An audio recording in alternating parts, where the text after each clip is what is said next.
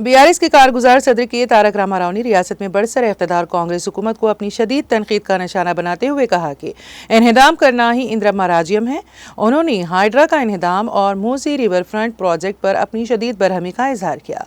KTR ने तेलंगाना भवन में मीडिया से बात की। इस मौके पर उन्होंने कहा कि कांग्रेस ने इंदिरम्मा राज्यम का नारा दिया था। इंदिरम्मा राज्यम में आप मकान तामीर करके देंगे कहकर अवाम ने कांग्रेस को वोट दिया था। आपने ही कहा था कि इंदिरम्मा मकाना देंगे। अगर गरीबों के मकानात मुनहदम करने से मुतालिक पहले कहा जाता तो क्या वो कांग्रेस को वोट देते थे? उन्होंने कहा कि वजीर आला को चाहिए कि वो इस सिलसिले में गौर करें। वजीर आला 3-4 रोज से मीडिया का सामना कर रही हैं, वरना वो मीडिया के साथ चिट चैट किया करते थे। अब वो नहीं कर रही हैं, क्यों?